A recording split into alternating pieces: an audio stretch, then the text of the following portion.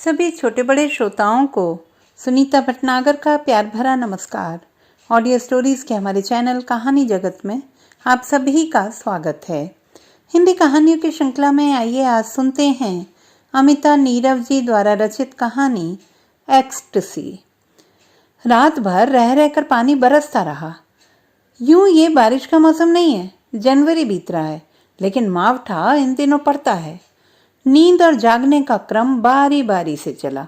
फिर नींद लगी। जाने कितनी देर रही और अब नींद पूरी तरह से खुल गई है। इस अंधेरे कमरे में आंखों से टटोल कर सब कुछ देखना चाह रहे हैं अश्विन। थोड़ी देर इस इंतजार में दम साधे रहे कि शायद सुबह का उजाला नजर आए, लेकिन बहुत एहतियात से उन्होंने अपना बिस्तर छोड़ दिया। किचन में जाकर चाय बनाई और ड्राइंग रूम में लगी बालकनी में जाकर बैठ गए। बाहर के अंधेरे को देखकर लग रहा था जैसे अभी पाँव फटने में वक्त है। एक बार फिर उन्हें लगा हमेशा कल्पनाओं के आगे हकीकतें फीकी होती हैं। जब काम करते थे लगता था कब रिटायर हो जाएं। जब रिटायर हो जाएंगे तब वह सब कुछ करेंगे जिसके लिए काम करते हुए तरस गए थे। देर तक सोना, देर रात तक जागना, खूब फिल्में देखना और बहुत सारा वक्त बस रेडियो सुनना।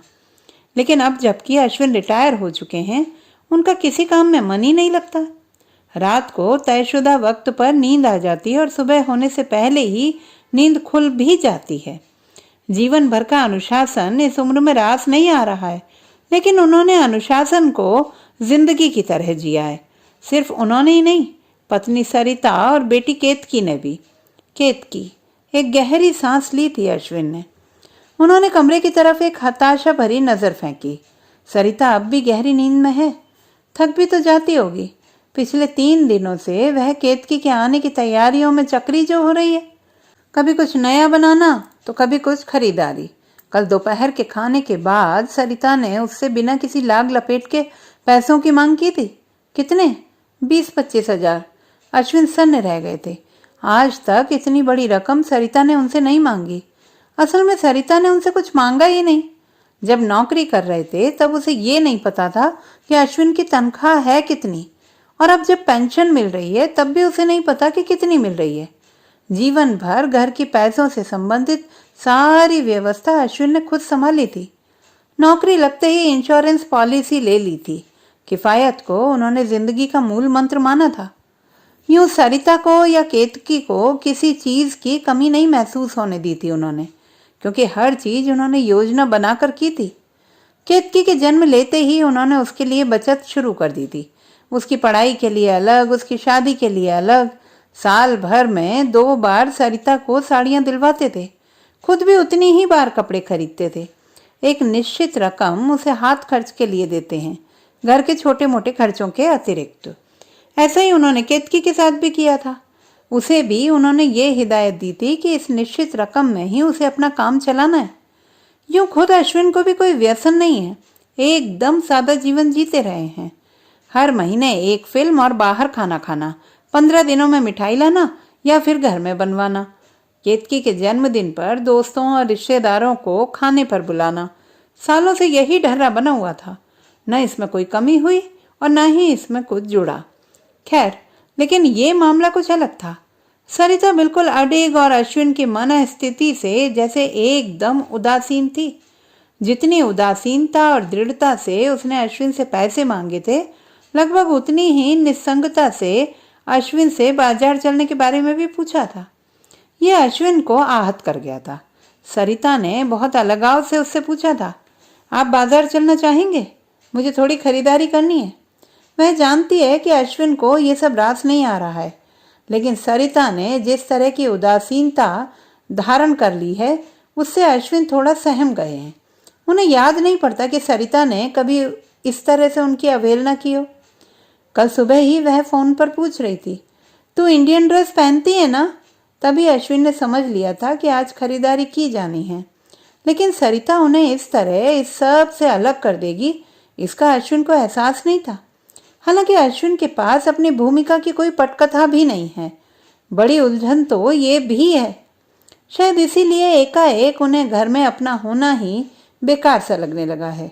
केतकी के आने की खबर से लेकर उसके आने की तैयारियों तक से सरिता ने अश्विन को दूर रखा है। सालों से अश्विन के अनुशासन से बंधी सरिता अचानक उससे अलग बहने लगी थी। उसने अश्विन से कोई राय नहीं ली और ना ही कुछ पूछा। कल दिन भर अश्विन घर में अशांति और अस्थिर मन स्थिति में रहा था। सरिता खरीदी कर लौटी तो उसने अश्विन के लिए चाय बनाई, नाश्ता बनाया, लेकिन उसे अपने भीतर के उत्साह से दूर रखा। दोनों के बीच एक दीवार सी खड़ी हो गई। जब से केतकी के आने की खबर मिली है उसे, तब से उन दोनों की दुनिया मानो अलग हो गई है। अश्विन को ऐसा तब भी लगा था जब केतकी का जन्म हुआ था। उस वक्त उन्हें गाहे बगाहे लगता था कि वे सरिता की जिंदगी में हाशिए पर चले गए हैं। वैसे उन्होंने खुद ही बच्चा चाहा था जल्दी। आखिर उनकी उम्र 30 पार हो चली थी। देर से बच्चा मतलब देर तक जिम्मेदारियों का बोझ। प्रकृति सब कुछ उनके अनुकूल ही करती चली गई थी। हालांकि उन्होंने बेटा चाहा था, लेकिन हो गई बेटी। शुरुआती दिनों में उदास भी रहे, लेकिन धीरे धीरे उन्होंने इससे समझौता कर लिया था। सोचा था बेटी को ही बेटे की तरह पालेंगे। सरिता और माँ सहित सब ने चाहा था कि एक बच्चा और हो, लेकिन अश्विन अपनी बात पर अड़े रहे थे। उन्हीं दिनों जब सरिता पूरी तरह से केतकीमय हो गई थी, उन्हें लगता था कि जैसे वे अलग थलग हो गए हैं। कई कई बार वे बेवजह सरिता पर भड़क जाया करते थे। सरिता उनके जीवन में पंचिंग बैग की तरह रही। जब गुस्सा आया कोई घूंसा जड़ दिया, नहीं हाथ नहीं उठाया कभी, लेकिन बस गुस्सा निकालने के लिए सरिता से अच्छा पात्र अश्विन को कभी मिला ही नहीं। सरिता भी अच्छी गृहिणी की तरह अश्विन के गुस्से को सह लिया करती। कभी कभी उसे भी गुस्सा आ जाया करता, वह भी अश्विन पर निकाल लेती, लेकिन उसे बहुत कम ही गुस्सा आता है। अश्विन की चाय खत्म हो चुकी थी। एक नज़र फिर से आसमान की तरफ देखा। बिजली चमक रही थी। हल्की बारिश फिर से शुरू हो चुकी थी। दूर पूरब से हल्की रोशनी भी फूटने लगी थी। हालांकि बादलों के बीच सूरज का आना वैसा सुनहरा सिंदूरी तो नहीं है, लेकिन रिटायरमेंट के बाद पौ फटने से पहले उठे हुए आदमी के अकेलेपन में सुबह का होना ही बड़ी राहत है। कई बार उनका मन किया कि वे सरिता को जगा दें, लेकिन नींद को लेकर बचपन में ही उसमें एक अनुशासन सा आ गया था। किसी को भी नींद से नहीं जगाना, ये पाप होता है। बाद के सालों में पाप पुण्य का विचार तो अलग हो गया, उसमें बस अपना अनुभव जुड़ गया। गहरी नींद में यदि कोई खलल पड़े तो हमें कैसा लगता है, दूसरे को भी वैसे ही लगता होगा। बस ये प्रैक्टिस आज तक जारी है। घर के भीतर भी खटर पटर की आवाजें आ रही थी। सरिता जाग गई थी। 2 दिन बाद केतकी अपने उस जर्मन पति के साथ आने वाली है, जिससे उसने माता पिता की मर्जी के खिलाफ शादी कर ली थी 10 साल पहले। केतकी और क्रिस दोनों यूनिवर्सिटी में रिसर्च कर रहे थे, तभी दोनों की मुलाकात हुई थी। क्रिस पुराणों पर रिसर्च के सिलसिले में भारत आया था और केतकी संस्कृत में रिसर्च कर रही थी। दोनों को मिलना ही था, लेकिन शादी? जब केतकी ने क्रिस से शादी की बात की तो अश्विन आपे से बाहर हो गए थे। केतकी को उन्होंने बहुत अनुशासन और संयम से पाला है। एकाएक उसने जैसे अश्विन को दरकिनार कर दिया। उस वक्त जब अश्विन ने केतकी से साफ साफ कह दिया कि या तो तू अपने माता पिता को चुन ले या फिर अपने प्यार को, तब भी सरिता चुप ही रही थी।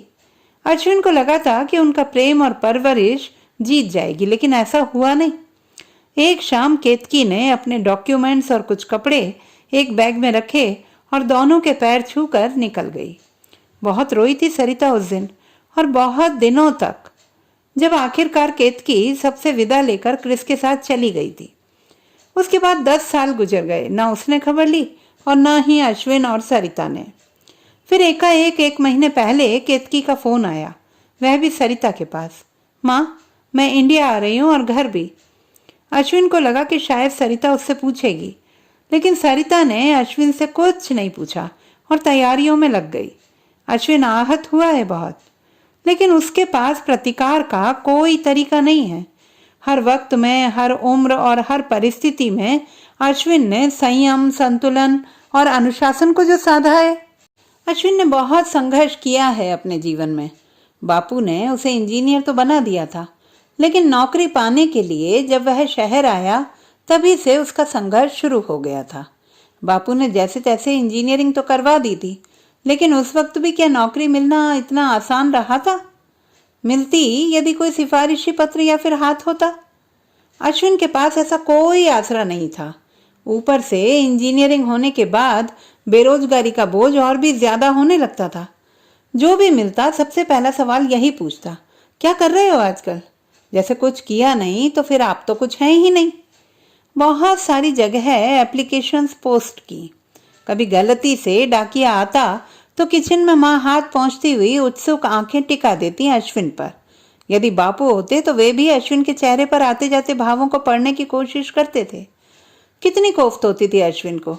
उन्हें लगता कि काश वे इंजीनियरिंग नहीं करते, बस किसी तरह बीए एमए हो जाते, कहीं ना कहीं मास्टरी तो कर ही पाते। ये संघर्ष उन्हें भीतर से खोखला करने लगा था। अक्सर जब बहुत निराशा होती तो वे उससे लड़ने लगते। सोचते एक दिन जब सब कुछ ठीक होगा मैं बहुत खुश होऊंगा। जब तक की पीड़ा है कई महीने ऐसे ही निकल गए। ऐसा नहीं था कि खुशी के मौके आए ही नहीं, लेकिन स्वभाव ही कुछ ऐसा बन गया कि अश्विन खुशियों के रास्ते में खुद खड़े हो जाते, रोक लेते उसे उस दिन के लिए जिस दिन सब कुछ उनकी इच्छा का, उनके मन का हो जाएगा। फिर एक दिन सब कुछ बदल गया। अश्विन के दोस्त के चाचा जो पीडब्ल्यूडी में ऑफिसर थे, उन्होंने अश्विन को अपने ऑफिस बुलाया। थोड़ी औपचारिकता हुई और अश्विन वहां भर्ती हो गए। वह दिन खुशी का ही था, लेकिन उस दिन अश्विन को अपने सारे दिनों के संघर्ष याद आए और बस वह दिन गुजर गया। ऐसे कितने ही दिन अश्विन के हाथों से छूटकर बिखर गए थे। सरिता को पहली ही नजर में देखकर मुग्ध हो गए थे वे। शादी भी बहुत आसानी से हो गई थी और केतकी का जन्म हो गया। जिंदगी पटरी पर आ गई, लेकिन सब कुछ करके भी अश्विन खुश नहीं हो पाते थे। ऐसे ही दिन पर दिन बीतते रहे, लेकिन वह दिन अश्विन की जिंदगी में कभी नहीं आया जो उन्हें ऐसा खुश कर दे कि वे हवा में तैरने लगे। कभी लगता कि शायद कोई श्राप है उन्हें, वे कभी खुश ही नहीं हो पाएंगे। अश्विन सेल्फ मेड इंसान रहे हैं। माँ बापू के पास उन्हें शिक्षित करने के अतिरिक्त देने के लिए कुछ और था ही नहीं। बहुत योजनाबद्ध तरीके से अश्विन ने अपनी गृहस्थी चलाई थी। हर एक चीज तय वक्त पर और बिना किसी कर्ज के खरीदी थी खुद। गरीबी ने उन्हें किफायत भी सिखाई थी और संयम भी। कभी ओवर बजट होकर उन्होंने जीवन में कुछ नहीं किया। सरिता उनके हाथों में गीली मिट्टी की तरह ही आई थी। उन्होंने सरिता को अपने तरीके से गढ़ा था।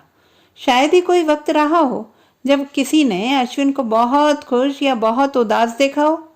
न वे खुद ऐसे हुए और न उन्होंने चाहा कि सरिता और केतकी वैसी हों। पहली गाड़ी खरीदी तब भी और नया घर बना तब भी सरिता बहुत खुश हुई थी, लेकिन अश्विन के संयम और समझ ने उन्हें सहज नहीं होने दिया था। ऐसा तो नहीं रहा कि जिंदगी ने उन्हें सुख देने में कृपणता बरती हो, लेकिन बस उन्होंने खुद को जिंदगी भर कृपण रखा। अब भी वे ऐसा ही कर रहे हैं। आज केतकी आने वाली है। मन में न जाने क्या क्या चल रहा है। अश्विन गहरी ऊहापोह में है। उनके भीतर का पिता केतकी को देखने के लिए हुलस रहा है, लेकिन उनके भीतर का इंसान अपनी अवहेलना के आहत होने को फिर से जी रहा है। जानबूझकर देर तक बिस्तर में पड़े रहे। सरिता के उत्साह और उमंग को कनखियों से देखते रहे। शायद वे सरिता की किसी भूल का, किसी उदासीनता का, उनके प्रति किसी की लापरवाही का इंतजार भी करते रहे। आखिर कुछ तो ऐसा हो कि वे रूठ सकें। फिर वही तर्क, संयम। सरिता चाहती थी कि केतकी को लेने के लिए एयरपोर्ट जाएं, लेकिन खुद केतकी ने ही उसे ऐसा करने से रोक दिया था। अश्विन के लिए बहुत उलझन भरा वक्त शुरू हो चला था। वे ना मुस्कुरा सकते थे, ना ही मातमी भाव ला सकते थे। एक बारगी तो उन्हें लगा कि जैसे वे अपने जाल में खुद ही फंसने जा रहे हैं, लेकिन ऐंठा हुआ अहम है, इतनी आसानी से कैसे नरम पड़ेगा। सरिता कई बार अंदर बाहर कर चुकी है। अश्विन बहुत शांति से इसे देख रहे हैं। सरिता का उत्साह, उसकी बेकली, सब कुछ। आखिरकार इंतजार खत्म हुआ। घर के दरवाजे पर एक टैक्सी आकर रुकी। अश्विन खिड़की और पूरे खींचे हुए पर्दे के बीच के हिस्से से बाहर की गतिविधियों को देख रहे हैं। सरिता बाहर पहुंच गई थी। सफेद टी शर्ट और नीली जीन्स में केतकी उतरी और सरिता के गले लग गई। सरिता की हिलती पीठ इस बात की गवाही दे रही थी कि वह हिचकियां ले लेकर रो रही है। सरिता के कंधे से टिका केतकी का सिर नजर आ रहा था। तभी टैक्सी के पैसे देकर और सामान निकाल चुके क्रिस ने गले लगी और हिचकियां लेती माँ बेटी को बाहों में ले लिया। अश्विन खुद भीगने लगे थे, लेकिन कोई रोक फिर लग गई थी। वे खिड़की छोड़ चुके थे और पलंग पर जा लेटे। वे कल्पना भी नहीं कर पा रहे हैं कि आखिर अब आगे क्या। जाहिर है केतकी और क्रिस उनसे मिलने आएंगे ही। तब वे क्या करेंगे? अपने अब तक के संचित गुस्से को समेटकर कुछ विध्वंसक करेंगे या फिर संयम से उस क्षण को गुजर जाने देंगे? बाहर से 2 लोगों के नाक सुड़कने की आवाजें आ रही थी। मतलब रोना तो थम गया है, लेकिन आफ्टर इफेक्ट बचे हुए हैं। केतकी ने सरिता से पूछा, पापा? सरिता ने इशारे से बताया, अंदर हैं। अश्विन की पूरी चेतना बस कान हो चली थी। एकाएक केतकी को सामने देखकर वह हक बका गए। केतकी ने पैर छुए। अश्विन के भीतर कुछ नर्म हुआ, लेकिन व्यक्त नहीं हुआ। सॉरी पापा। केतकी का गला भराया। वह अश्विन के गले लग गई। अश्विन के हाथ उठे उसके सिर तक जाने के लिए, लेकिन रोक लिए गए। क्रिस सामने खड़ा सब कुछ देख रहा था। जब अश्विन की नजर गई तो गहरा असमंजस उभरा। एक ही साथ बहुत सारे सवाल उठे। वह क्या सोच रहा होगा? उसे कैसा लग रहा होगा? असमंजस बहुत गहरा गया जब सरिता भी भीतर आ गई। केतकी अश्विन की बाह पकड़कर बाहर ले आई। बार बार कुछ नर्म होकर बहना चाह रहा है, लेकिन अश्विन संतुलित बने हुए हैं, बल्कि बहुत हद तक उदासीन। 2 दिन गुजर गए। केतकी और क्रिस को आए। अश्विन संवाद करने से बच रहे हैं। सरिता उमगती घूम रही है। इस बीच कई ऐसे मौके आए जब अश्विन असुविधाजनक स्थिति में आए। उनके अनचाहे ही भीतर का कोना नरमा रहा था, लेकिन फिर जैसे बर्फ से ठंडापन सिर उठाने लगता था। उस दिन सरिता ने रबड़ी बनाई थी, खाने के बाद सर्व की। क्रिस डाइनिंग टेबल पर बैठा हुआ था और सरिता सबको सर्व कर रबड़ी फ्रिज में रखने लगी। तभी क्रिस अपनी कुर्सी से उठा और सरिता को गले लगा लिया। It's too tasty Mrs Mehta, you are too good cook. Ketaki ने उसे डपटा। Call her mom Chris. लेकिन क्रिस ने मुस्कुराते हुए जवाब दिया, जब दिल से निकलेगा निकल जाएगा। केतकी ने क्रिस को अच्छी हिंदी सिखा दी है, लेकिन सांस्कृतिक तौर पर वह अपने मूल्यों से बाहर नहीं आया है। वह अब भी सरिता और अश्विन को मिस्टर और मिसेस मेहता ही कहता है। गाहे बगाहे वह सब के सामने केतकी को गले लगाता रहता है। अश्विन को ये सब बड़ा असुविधाजनक लगता था। उन्हें इस तरह का खुलापन असभ्यता और अशिष्टता लगती है। दोपहर के खाने के बाद दोनों कहीं बाहर चले गए। घर में अश्विन और सरिता दोनों ही रह गए। करीब हफ्ता होने को आया। दोनों के बीच सहज संवाद नहीं हुआ। सरिता सहज है, लेकिन अश्विन नहीं। वह संवाद चाहते हैं, लेकिन ये भी चाहते हैं कि पहल सरिता करे। सरिता ये जानती है कि यदि अभी संवाद की पहल की तो कड़वाहट पैदा होगी, इसीलिए वह हर संभव अश्विन से बच रही है। बहुत देर तक किचन में काम करती रही। जब आई तब तक अश्विन सो चुके थे। शाम को जब अश्विन की नींद खुली तब सरिता गहरी नींद में सो रही थी। सरिता तो सो ही रही थी जब क्रिस ने खुद चाय बनाकर सरिता को जगाया। सरिता गदगद और थोड़ी सकुचाई भी थी। केतकी ने गले लगाते हुए कहा था, कम ऑन माँ, जैसी मैं वैसे ही क्रिस है। सरिता के लिए यह एकदम नया था। उसकी उम्र की औरतें अब तक पुरुषों के घर में काम करने को देखने की आदी नहीं है। फिल्मों की बात और है। हर दिन खाने के बाद क्रिस किचन में जाकर सरिता की मदद करता तो सरिता निहाल हुई जाती। उसे बेटी के नसीब पर गर्व होता है। उसे लगता कि यदि किसी भारतीय लड़के से शादी करती तो क्या वह उसके लिए ये सब करता। जैसे जैसे वह क्रिस को जान रही थी, वैसे वैसे उसे ये राहत हो रही थी कि चाहे जो हो, बेटी बहुत सुखी है और बहुत भाग्यवान भी। रात को क्रिस के हाथ की कॉफी पीने के दौरान केतकी ने घोषणा की कि हम सब 2 दिन बाद मनाली जा रहे हैं। टिकट बुक हो गए हैं, पहले दिल्ली और फिर दिल्ली से भुंतर, वहां से गाड़ी से मनाली। अश्विन ने साफ इनकार कर दिया, नहीं मैं नहीं जा रहा हूँ। केतकी ने लाड़ से पूछा था, क्यों पापा?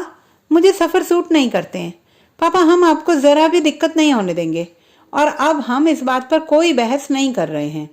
अश्विन अवाक होकर केतकी की तरफ देखने लगे। जिस दृढ़ता से उसने अपनी बात रखी थी उसने अश्विन के सामने सारे रास्ते बंद कर दिए थे। उस सुबह जब सारे भुंतर से मनाली पहुंचे तब मौसम बहुत खराब हो रहा था। घने बादल छाए हुए थे। सारे लोग थक गए थे। दोपहर का खाना खाकर सब सो गए। शाम हुई तो हल्की बारिश होने लगी। केतकी और क्रिस तो बहुत सारे गर्म कपड़े और रेनकोट पहनकर बाहर निकल गए। थोड़ी देर में बर्फ गिरने लगी थी। फिर भी दोनों देर रात लौटे थे। अश्विन ने सरिता से कहा भी था, फोन लगाओ, बाहर मौसम खराब है, बर्फ गिर रही है। दोनों में से एक भी बीमार पड़ गया तो दूसरे शहर में मुश्किल होगी। लेकिन सरिता बस मुस्कुराकर रह गई थी। रात का खाना कमरों में ही खाया था। दोपहर बहुत सो लेने के बाद भी अश्विन सोने चले गए। सरिता क्रिस और केतकी के साथ उनके कमरे की बालकनी में बैठकर गप्पें लगाती रही। बाहर गहरा अंधेरा था। अश्विन सोच रहे थे, बरसों से अंधेरे उजाले का खेल चल रहा है। जब अंधेरा होता है इस बात का अनुमान लगाने भर से कि जब रोशनी होगी तो कैसा लगेगा, मन जैसे उड़ने लगता है। लेकिन जाने ये रोशनी आती कैसे है और कब आएगी। कितने सालों से तो वह इस रोशनी का इंतजार कर रहे हैं। रात के 1 बज रहे हैं और बाहर घना अंधेरा है। शाम से रुई की शक्ल में बर्फ झर रही है, लगातार, जैसे जिद है कि सब कुछ को सफेद कर डालेगी। ठंड बहुत तेज हो गई है। कैप, दस्तानों, 2-3 स्वेटर, भारी कोट और ऊनी जुराबों के बाद भी बार बार सिहरन उठती है। ब्यास के पथरीले किनारे कैसे रुई से ढक गए हैं। मकानों, होटलों की छतों, बाहर पड़े वाहनों, सड़क के साथ साथ ब्यास के इर्द गिर्द देवदार के पेड़ और उसके घने जंगल तक बर्फ की सफेदी से पुत गए हैं। जैसे पानी की कलकल लगातार एक रिदम पैदा कर रही है। इतनी एक सी ध्वनि है जैसे लगता है कि म्यूजिक कंपोज किया गया हो ध्यान के लिए। उस पानी पर भी तो बर्फ झर रही है, लेकिन हिमालय से उतरती नदी के प्रवाह में बर्फ भी बहती जाती है। क्या ये जीवन का कोई संकेत है? हाँ, शायद। पहाड़ों से उतरती नदी का वेग जीवन के वेग की तरह ही हुआ करता है, जिसमें कुछ भी नहीं ठहरता है। जीवन सिर्फ गति है, निरपेक्ष, निसंग गति। यदि इस बहते पानी में गंदगी भी गिरेगी तो बहती चली जाएगी। बहाव के अंत में हिसाब होगा या फिर किसी किस्म की रुकावट के मौके पर। ठीक वैसे ही जैसे जीवन का हिसाब भी या तो मुश्किल वक्त में हुआ करता है या फिर अंत में। तो फिर आज ये क्या है? क्यों हिसाब किताब का विचार आ रहा है? पता नहीं, लेकिन जीवन का अंतर प्रवाह शायद किसी रुकावट का शिकार हो रहा है। ऊपर से देखने पर नदी की गति और प्रवाह जैसे स्पष्ट नजर आ रहे हैं। हालांकि अंधेरा है, फिर भी ऊपर से देखने पर चीजें ज्यादा स्पष्ट सुलझी हुई नजर आती हैं। उन्हें न जाने क्यों आज माँ याद आ रही थी। माँ अक्सर कहा करती थी कि बेटा, मन ही हर चीज का जनक है। अश्विन को कभी यकीन ही नहीं आया। माँ का संतोष उन्हें मजबूरी और पिता की माँ के प्रति कृतज्ञता उनकी कातरता लगती रही। आज इस अनजानी सी जगह में जाने कहां से क्या दाखिल हो गया उनके जहन में। जाने कैसे इस भ्रम ने जीवन में जगह ले ली थी कि सुख कोई ऐसी चीज है जो आती है फिर जाती है, मतलब हमसे बाहर है, हमसे इतर है। जाने क्यों ऐसा लगा जैसे कोई बहुत हड़बड़ाहट में जोर जोर से दरवाजा बजा रहा है। सरिता बहुत ही गहरी नींद में थी। अश्विन बहुत धीरे से पलंग से उतरकर दरवाजे की तरफ गए थे। जैसे ही दरवाजा खोला था, वेरी हैप्पी एनिवर्सरी पापा, वेयर इज माँ? ये क्रिस था। तब तक सरिता भी जाग गई थी। बाहर आइए, देखिए कितना मजा आ रहा है। बाहर खुले में रुई के फाहों की तरह बर्फ पड़ रही थी। केतकी बर्फ के गोले बना रही थी और जैसे ही अश्विन बाहर आए उसने अश्विन की तरफ गोला उछाल दिया। हैप्पी एनिवर्सरी पापा, माँ। सरिता भी पीछे पीछे थी। दोनों ही केतकी के आने के उछाल और आक्रोश में अपनी शादी की सालगिरह भूल गए थे। मगर केतकी को याद थी, उस जमी बर्फ पर तेज आंच लगी थी। अश्विन ने बहुत कोशिश की इन सब से बचने की, लेकिन थोड़ी देर में उसके सारे जीवन का संचित बांध टूट गया था। वे भी बर्फ के गोले बनाकर फेंक रहे थे, कभी क्रिस की तरफ तो कभी केतकी की तरफ। फिर एक गोला क्रिस ने सरिता को बनाकर दिया और इशारा किया पापा को। सरिता थोड़ा सकुचाई, लेकिन क्रिस ने आंख मारकर फिर से इशारा किया। सरिता ने अश्विन की तरफ गोला उछाला। अश्विन खुशी से किलके, केतकी उनके गले लग गई। अश्विन को लगा कि सुख योजना और अनुशासन में नहीं है। जीवन इस बहती नदी की तरह है, उसे बांधना क्यों, उसे खोल देना चाहिए। माना कि बहुत संघर्ष किया है, बहुत साधा है खुद को, लेकिन अब तो सारे बंधनों से मुक्त होना ही चाहिए मुझे। उसे पहली बार लगा कि माँ ने सही कहा था, सुख बाहर नहीं भीतर है, खुले होने में है, उदार और उन्मुक्त होने में। तभी तो आज जो महसूस हुआ वह जीवन के किसी मोड़ पर नहीं मिला। अश्विन मुक्त हैं और हवा में तैर रहे हैं। केतकी ने अश्विन को भींच लिया था और क्रिस ने आकर दोनों को बाहों में ले लिया। सरिता दूर से भीगी आंखों से सब कुछ देख रही है। अश्विन को यकीन ही नहीं हो रहा था कि बस इतना ही तो करना होता है खुशी के लिए, आनंद के लिए। वे जीवन भर बस इतना ही तो नहीं कर पाए जिसके लिए वह जीवन भर तरसे। उन्हें आज वह सब बिना प्रयास, बिना योजना के मिला। माँ की मौत के बाद पहली बार अश्विन रोए। माँ का कहा यहाँ याद आया और बेटी ने माँ के कहे को उनके सामने सच कर दिया। अश्विन रो रहे हैं, इस बार सारा संचित बहाने के लिए। खुश हैं इसलिए रो रहे हैं। तो दोस्तों, ये थी हमारी आज की कहानी। आपको कैसी लगी कमेंट बॉक्स में लिखना ना भूलें। चैनल को सब्सक्राइब करें, लाइक करें और मित्रों के साथ शेयर करें।